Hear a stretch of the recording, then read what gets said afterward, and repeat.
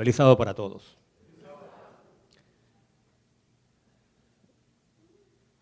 Augusto Damián era el nombre de este misionero que yacía en su lecho de muerte. Convencido estaba de que ya no tendría tiempo de lograr uno de sus sueños, que consistía en ser misionero en una de las islas del Pacífico. Pero entonces a su hermano José se le ocurrió una maravillosa idea. Acercándose a la cama donde estaba su hermano Augusto, le susurró al oído una propuesta. Le dijo: Augusto, ¿te gustaría que yo tomara tu lugar como misionero? Y bastó ver el brillo de los ojos de Augusto para que José Damián supiera que nada lo haría más feliz que alguien, en este caso su propio hermano, tomara su lugar como misionero. No recuerdo mal el lugar de servicio era Honolulu. Se hicieron los arreglos, José Damián habló con las autoridades de la iglesia y en efecto así se hizo. Y dice el relato que no había pasado mucho tiempo cuando se presentó otra necesidad, y esta vez en otra islita que para ustedes sonará familiar, Molokai. Pero con Molokai había un problema, más bien un desafío, y es que entre las responsabilidades del ministro, del pastor, de quien sirviera a esa isla, se encontraba la tarea de servir a las necesidades espirituales de una colonia de leprosos. Pero José Damián aceptó y lo hizo de buena gana. Cuenta el relato que una de las advertencias que las autoridades de la iglesia le dieron, pero en forma muy contundente, fue: no los toques, ni siquiera te acerques a ellos. Pero cuenta un historiador, entre muchos, de la vida de José Damián, que durante 16 años José Damián sirvió a los leprosos de Molokai como enfermero. Tenía que tocarlos, vendaba sus heridas. También fue su maestro, fue su cocinero, fue su jardinero, fue su carpintero y también su sepulturero. En otras palabras, entregó su vida entera. Hizo caso omiso de las advertencias de no acercarse a ellos por nada del mundo y mucho menos tocarlos. Les construyó una iglesia. Remodeló el hospital. Creó un coro de leprosos. No había nada que José Damián no hiciera por ellos. Pero dice el relato que un día de 1885, estamos hablando de hace muchos años, cuando se puso de pie ante su congregación, comenzó el sermón de una manera muy diferente. Esa mañana sus primeras palabras fueron: hermanos leprosos. Días antes, una palangana de agua caliente había caído en uno de sus pies y José Damián no sintió ningún dolor. Él mismo había adquirido la enfermedad. 4 años más tarde, el 15 de abril de 1889, José Damián moría en Molokai. Un autor que habla de él, llamado John Ortberg, dice: el que antes había sido su ayudante se convirtió en uno de ellos y murió como uno de ellos. Me llama la atención que aunque había sido advertido de que ni siquiera se acercara a ellos y mucho menos los tocara, José Damián cumplió su ministerio fielmente, en contacto con los leprosos. Se dice que sus restos mortales fueron sepultados en Bélgica, su país de origen, pero que su brazo derecho fue sepultado en Molokai. un símbolo muy apropiado de quien siempre estiró su brazo para tocar a los leprosos. ¿Verdad que es difícil leer o escuchar de José Damián sin pensar en la obra que nuestro Señor Jesucristo realizó? Yo diría que es imposible. Y hay un relato en la palabra que nos va a ayudar a entender por qué este relato nos lleva en el pasado a aquel que se atrevió a tocar a los intocables, a nuestro Señor Jesús.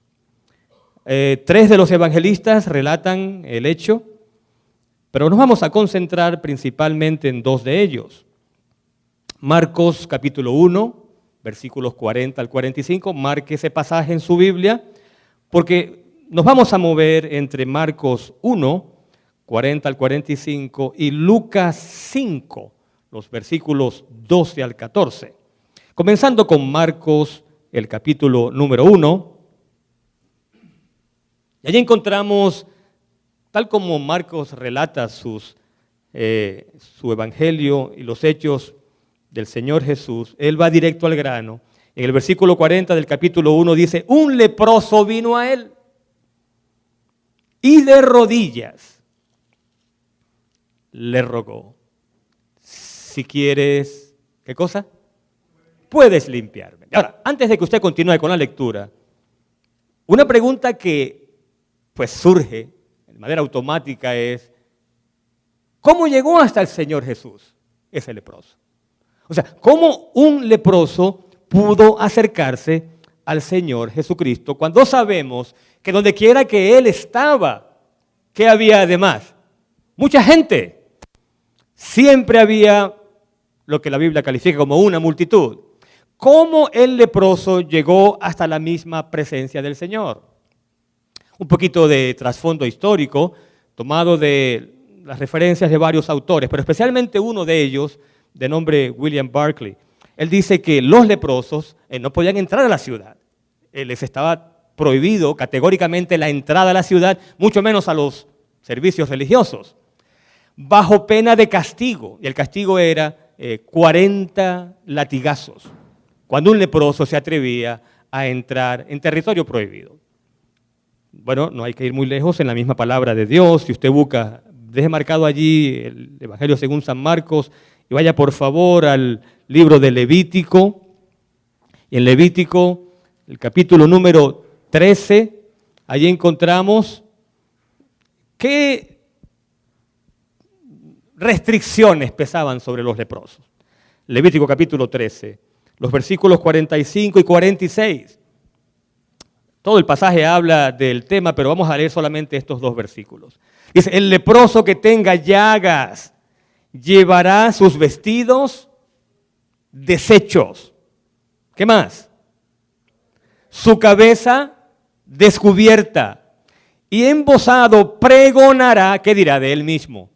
Impuro, impuro. Él mismo debía proclamar a los 4 vientos que un impuro se estaba acercando. De esa forma la gente podía huir de su presencia. Y ahora escucha el versículo 46. Todo el tiempo que tenga la llaga será impuro y habitará solo fuera del campamento. Así que al dolor de la enfermedad física propiamente dicha se añadía un dolor emocional. ¿Cuál era ese? La soledad. Debía vivir solo, desterrado de la ciudad, de la compañía de sus familiares, de sus seres queridos. Pero este hombre llega hasta donde está el Señor Jesucristo. Por cierto que el mismo Barclay dice, para que tengamos una idea de la situación tan desesperada del leproso, que bastaba que un leproso asomara su cabeza en una casa, en un edificio, para que toda la estructura fuera contaminada. Solo con asomar la cabeza en una estructura física, toda la vivienda quedaba contaminada. En la calle, todo el mundo rehuía la presencia de ellos y algunos, incluyendo los maestros de la ley, les lanzaban piedras. Por supuesto, ni siquiera los saludaban. Pero aquí este hombre llega hasta la presencia del mismo Señor. ¿Qué pasó? Bueno, hay un relato en el deseado de toda la gente, es muy interesante. Y yo recomiendo la lectura de todo el capítulo que se titula Puedes limpiarme. Pero tengamos una idea nada más de cómo este hombre se las arregló para llegar. El relato dice en la página 228 que este leproso estaba lejos de la presencia del Señor mientras él enseñaba. Pero entonces él vio, dice acá, voy a leer literalmente lo que dice. De pie a lo lejos, el leproso alcanzó a escuchar algunas palabras de los labios del Salvador. Le vio poner sus manos sobre los enfermos. Y ahora entendemos por qué el hombre se atrevió. Escuchó al Señor hablar. Lo vio sanar. ¿A quiénes sanó? Dice aquí, vio a los cojos, los ciegos, los paralíticos y los que estaban muriendo de diversas enfermedades, levantarse sanos, alabando a Dios por su liberación. Claro, al ver que otros eran sanados, la fe se fortaleció en él. Y el relato dice que avanzó solo mirando al Señor Jesucristo. La gente, dice aquí, aterrada, retrocedía con terror. Se agolpaban unos a los otros en su ansiedad de escapar de todo contacto con él. Y algunos trataban incluso de evitar que se acercara a Jesús, pero todo fue en vano. Y ahora me gusta esta expresión. Y antes de decirla, voy a decir por qué me gusta. Cuando vayamos al Señor Jesús para ser limpiados por Él, no miremos hacia los lados. Aquí dice, Él ni los veía, ni los oía. La gente tratando de apartar a Jesús, la gente alejándose de Él. Él tenía ojos solo para ¿quién? Solo para el Señor Jesús. Solo oídos para Él. No percibía las expresiones de horror. Veía tan solo al Hijo de Dios. Qué cosa tan hermosa. Y entonces llega, ahora sí volvemos a Marcos, porque dice el relato, ¿qué fue lo que hizo Él cuando se acercó al Señor? Dice el versículo 40 que se arrodilló. Si usted si lee Lucas, capítulo 5, dice que el hombre se postró con el rostro hacia el suelo. Sé que Lucas da un poquito más de información. Es más, deberíamos ver Lucas porque Marcos no dice lo que dice Lucas en el versículo 12. Y es que el hombre estaba lleno de lepra. Lea Lucas capítulo 5, versículo 12. Recordemos que Lucas era médico. Un día estaba Jesús en una ciudad y llegó un hombre lleno de lepra. O sea que Lucas está diciendo que la enfermedad estaba en un estado bien avanzado. Con razón la gente se alejó aterrorizada. Y al ver a Jesús se postró rostro en tierra. Y le rogó, Señor, ¿cuáles fueron sus palabras? Si tú quieres, puedes limpiarme. La primera pregunta fue, ¿cómo él logró acercarse al Señor? Pero la segunda pregunta que surge del relato es, ¿cómo es que Jesús permaneció en el lugar? A ver, ¿quién me dice? Mientras todos huían, aterrorizados ante aquella escena tan repugnante, tan repulsiva, ¿por qué el Señor Jesús permaneció en el lugar? Todo lo que el leproso tocaba era contaminado. Más aún, dice otro autor, para complicar las cosas al leproso. La creencia popular era que la lepra como enfermedad era producto de la maldición de Dios. ¿Se imagina usted? El leproso tenía sobre sí el estigma de ser un maldito de Dios. Por supuesto no era el caso. Y se creía que era producto de la vida de pecado que esta persona llevaba. Por lo tanto, mire usted la deducción que se hacía. Si Dios es quien castiga, ¿quiénes somos nosotros como seres humanos para tratar de curar la enfermedad? En otras palabras, se creía que intentar curar la enfermedad era tratar de interferir, ¿con qué? Con la voluntad de Dios. Así que la enfermedad física era un problema, la soledad era otro problema y el estigma de tener, entre comillas, según la creencia popular, la maldición de Dios. Así que, ¿por qué el Señor permaneció allí?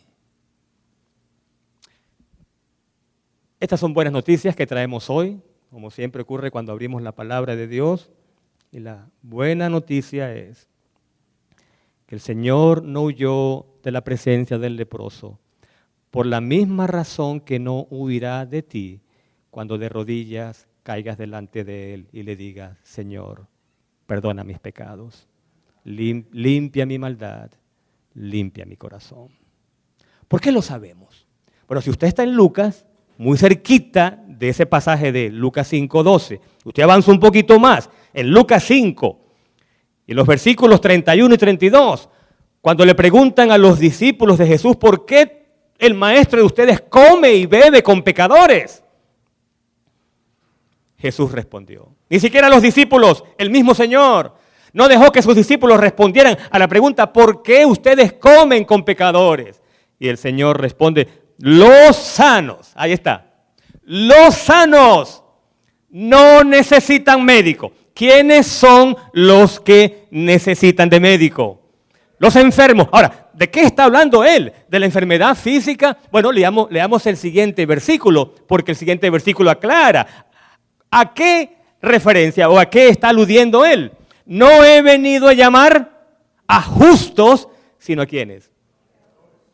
He venido a llamar a pecadores. He venido a llamar a pecadores. En otras palabras, la misión que lo trajo a esta tierra era precisamente esa: estar delante de los pecadores, delante de los leprosos, delante de los que no tenían ninguna esperanza, delante de aquellos que habían sido marginados, rechazados, calificados incluso como malditos, para decir: Dios los ama. Dios los ama. Ustedes son importantes para Dios. El ser humano te rechaza. Los maestros de la ley te rechazan. Pero quiero decirle que Dios es amor. Y entonces, ahora vamos a Marcos. Porque la pregunta es: ¿por qué no huyó? Y la respuesta es, según dice Marcos, mantenga la Biblia ahí entre esos dos libros, dice el versículo 41, cuando el leproso dice: si quieres, ¿puedes qué cosa? ¿Qué dice Marcos? Y entonces Jesús se compadeció de él. Ahora, cuando la Biblia dice, vamos a detenernos un poquito aquí, Jesús se compadeció de él. ¿Qué te dice eso a ti? O sea, ¿qué te transmite la palabra cuando hasta la presencia del leproso Jesús, dice la Biblia, se compadece de él? Antes de que tú respondas, vamos a imaginar esta escena. De hecho, es una de las más hermosas de toda la Escritura. Y usted verá por qué. Delante de Jesús está un ser en la etapa probablemente final de su enfermedad. Su condición es, dijimos, repugnante. Nadie quiere tener ningún tipo de contacto con él. Sobre él pesa la creencia de que es un maldito de Dios. Pero delante de él, que está en el suelo, con su rostro pegado a la tierra, clamando misericordia, está el ser más puro, el ser más noble que ha pasado por este mundo. ¿Ven el contraste? El ser en el suelo que tiene la maldición de Dios, entre comillas.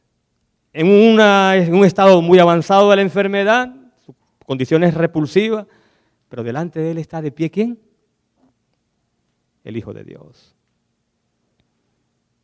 ¿Qué te dice esa escena? ¿No es una representación en miniatura del plan de la salvación? ¿No es eso? ¿No es esa una representación en miniatura del plan de la salvación? El Hijo de Dios dejando el cielo, dejando su trono y cambiando la adoración de los ángeles para estar en presencia de seres humanos impuros. Bueno, eso es. Pero el Hijo de Dios permanece allí y dice la palabra que Jesús se compadeció de él. ¿Y qué es tener compasión? A ver, ¿qué significa tener compasión? Porque no dice sintió lástima, ¿verdad que no dice sintió lástima? ¿Cuál es la diferencia entre sentir lástima y sentir compasión? Me da lástima lo que le pasó a esa persona. La persona que siente lástima solamente experimenta un sentido pasajero de emoción que no lo mueve a la acción. La compasión, recuerde esto, mi amigo, mi amiga, La compasión siempre mueve a la acción. Compasión significa sufrir con.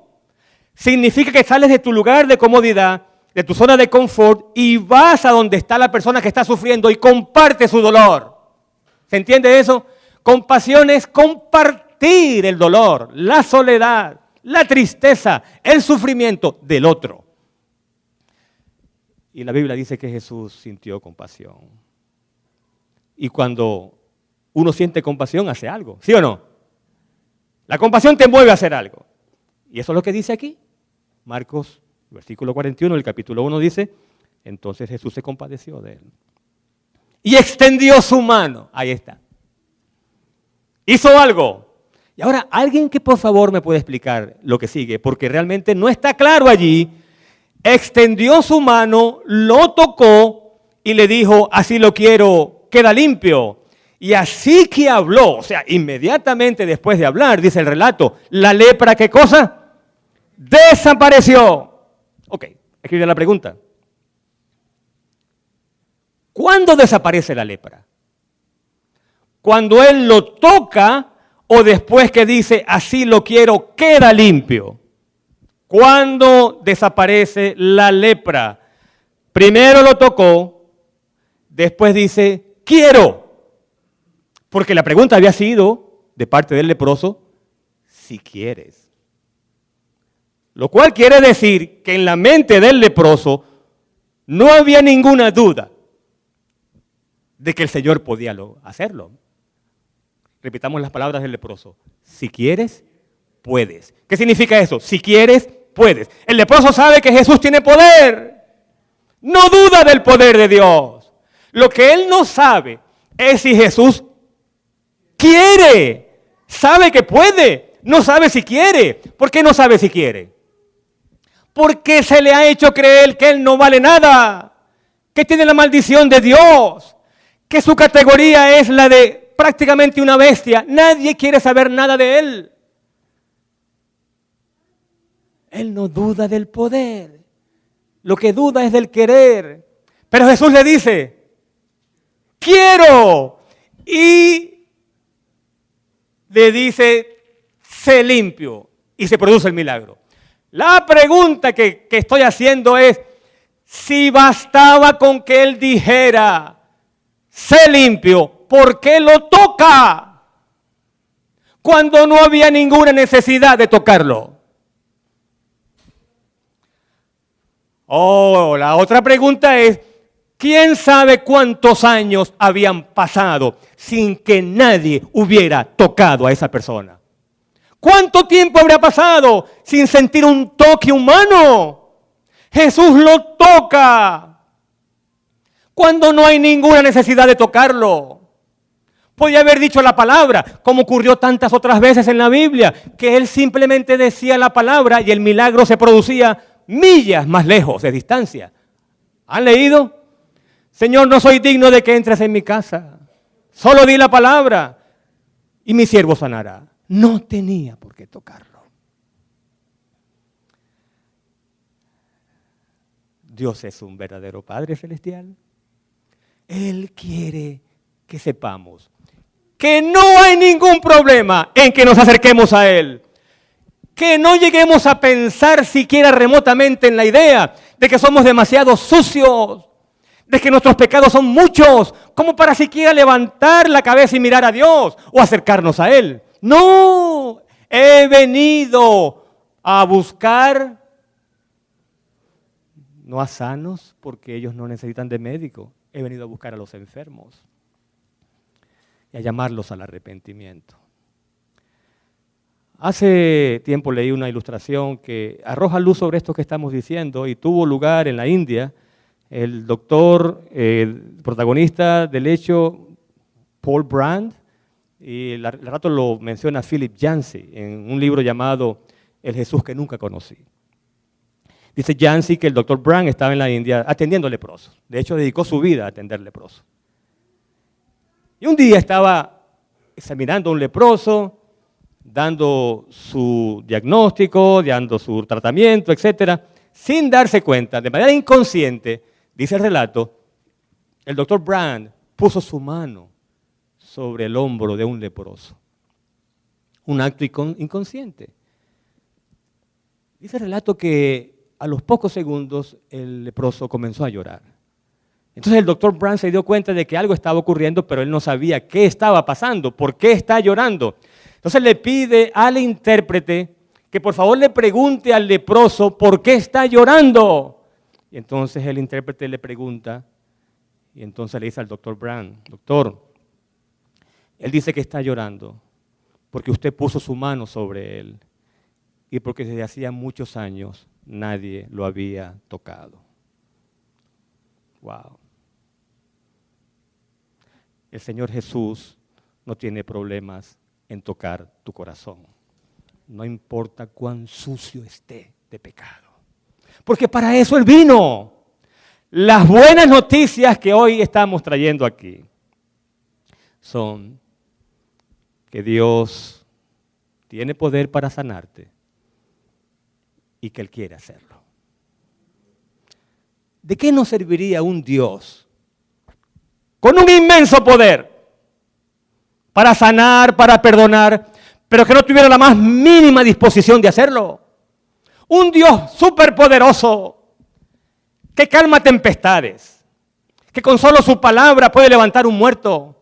Un Dios de enorme poder que ni siquiera se interesa en cuáles son tus problemas personales. ¿De qué serviría ese Dios?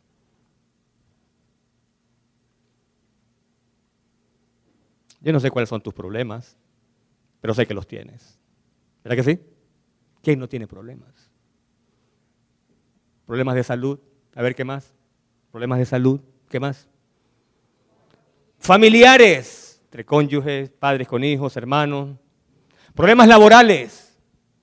A lo mejor estás sin trabajo ahorita y te estás preguntando, ¿qué voy a poner en la mesa para que mis hijos coman esta noche o mañana? No sabes siquiera de dónde vendrá el dinero para pagar los servicios de la vivienda que ocupas. A lo mejor tienes un pasado del cual no te sientes nada orgulloso y ese pasado te persigue y no hayas cómo tener paz en tu corazón. Bueno, yo te quiero decir, cualquiera sea tu dificultad, tu prueba, tu pesar, que Dios no solamente puede resolver tu problema, sino que Él quiere hacerlo. Él lo quiere hacer. El lado contrario de lo que estoy diciendo, porque mencioné un Dios que tiene poder, pero no se interesa. ¿Cuál sería el caso contrario? Es el del Dios que sí quiere, pero no puede. Pero la gran noticia, mi amigo, la gran noticia, mi amiga, es que en esta hora, el Dios de todos los cielos, el soberano del universo que creó los cielos y la tierra, Él no solamente tiene poder para cambiar tu vida, perdonar tus pecados y traer paz a tu corazón, Él desea hacerlo, anhela hacerlo. No es simplemente que tiene la disposición, no es que de repente Él quiere o no, es que Él anhela de otra forma. A ver, tratemos de entender de otra forma cómo se puede explicar que su propio hijo esté siendo objeto de todo tipo de insultos, de ultraje, de maltratos, que le escupan el rostro, le den latigazos, lo coronen de espinas, lo cuelguen en una cruz que no merecía. Y él se mantenga allí y diga, perdona a los padres, porque no saben lo que hacen. ¿Cómo pudo Dios, dice el mismo libro que tengo aquí en mi mano, que el mismo Dios apartó, el Padre apartó su rostro para no ver lo que estaban haciendo con su hijo? Los sufrimientos de Cristo causaron pesar al corazón de Dios. No fue una pantomima, no fue un simulacro. Todo eso causó sufrimiento al Señor. Pero Él se mantuvo allí, como lo hemos leído en la matutina recientemente, se mantuvo en el Getsemaní, pudiendo decir, yo regreso, que el ser humano coseche el fruto de su pecado. Él llegó hasta el final. ¿Y sabes por qué llegó hasta el final? No por qué. ¿Por quién? Él lo hizo por ti y lo hizo por mí. Y después que hizo un sacrificio tan grande, ¿crees tú que Él te va a dejar ahora? El enemigo es muy astuto y él con mucha frecuencia, quizás ahora mismo lo está haciendo, él nos susurra que para nosotros no hay esperanza, porque hemos llegado demasiado lejos. Y nos presenta nuestro caso como desesperado. Pero si hay algo que Cristo demostró, mi amigo, mi amiga, con su venida a esta tierra, es que somos importantes para Dios. De que somos valiosos para Él.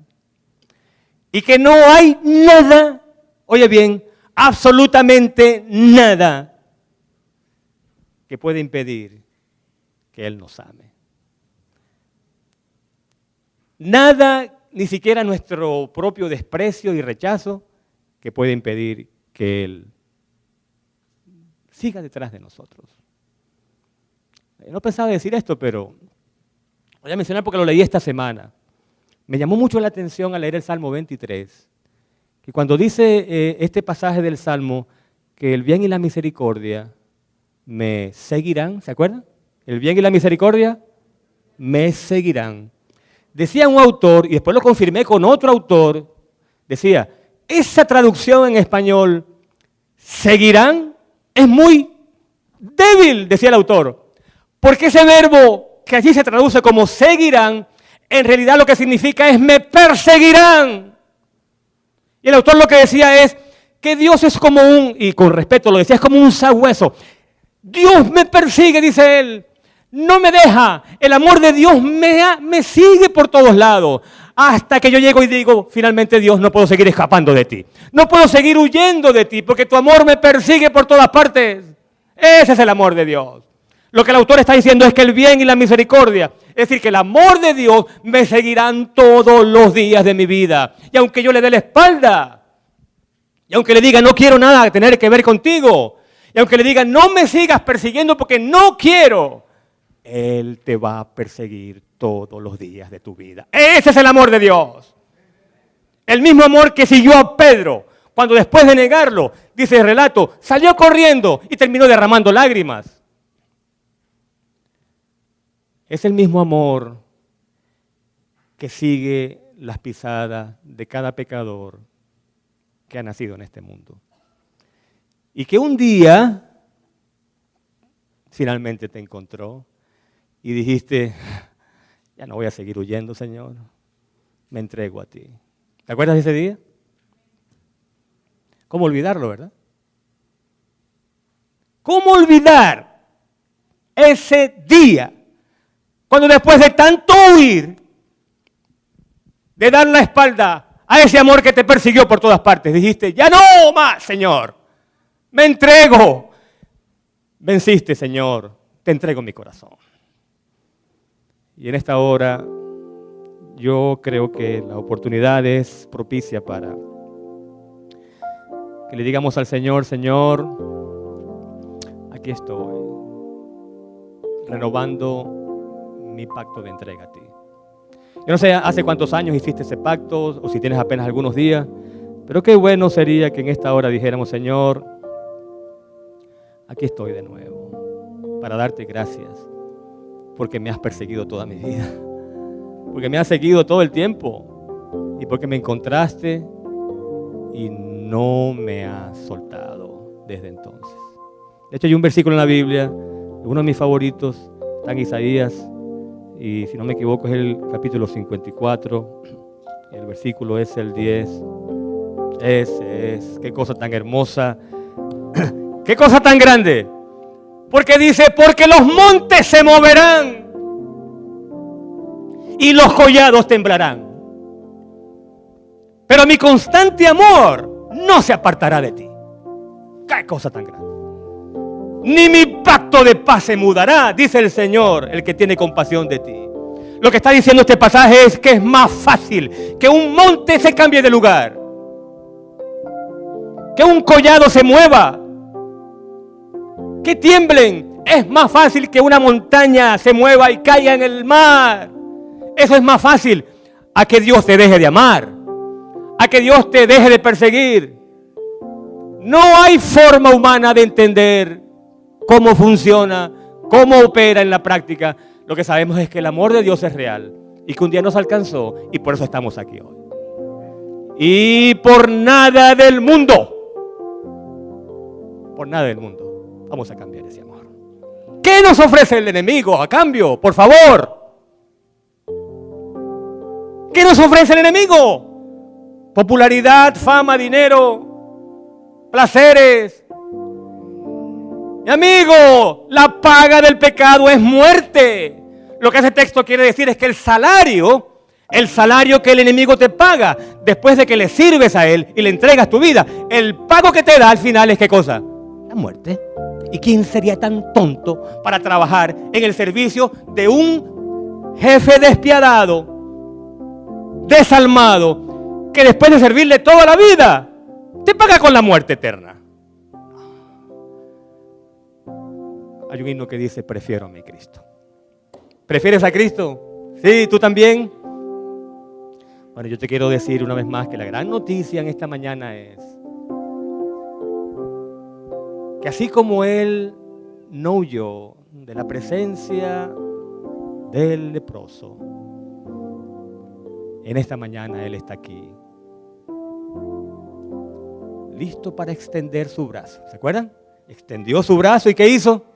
Extendió su brazo, movido por misericordia, extendió su brazo y lo tocó. Lo tocó. En ese toque, en teoría, según la tradición, el Señor debió contaminarse. Pero pregunto, ¿se contaminó Él? No hay nada, absolutamente nada en este mundo que lo contamine a Él. Los pecados de todos nosotros juntos, más los pecados de todo ser humano, en la cruz Él los llevó. Molido fue por esos pecados. Por su llaga tú y yo fuimos curados. Y en esta hora Él quiere tocar tu corazón. Quiere tocar mi corazón y limpiarlo de todo pecado y de toda maldad. La única condición es que si confesamos nuestros pecados. En otras palabras, la condición es decirle, Señor, tócame y limpia mi corazón. Limpia mi corazón. Y la promesa es que Él nos perdonará nuestros pecados y ¿qué más? Y nos limpiará de toda maldad. ¿Cuántos en este momento quieren decir, Señor, toca mi corazón? Tócalo. Toca mi corazón, Señor. Toca mi vida. Si hay algo impuro que tú ves, oh Dios, te autorizo para que lo remuevas. Tienes mi permiso, Señor. El enemigo no podrá decir que me coaccionaste o me sobornaste. Yo estoy consciente, Señor. Quiero que toques mi corazón. Quiero que limpies mi vida. Purifiques mis pensamientos. Traigas paz a mi corazón. Porque quiero que otros sepan. Ahí está. Porque quiero que otros sepan cuán grande Dios he encontrado en ti, mi Padre Celestial. Que sepan que tú estás listo, no solamente con el poder, sino especialmente con el anhelo de cambiar también sus corazones. ¿Cuántos en esta hora colocándose de pie quieren decir, Señor, poniéndome de pie?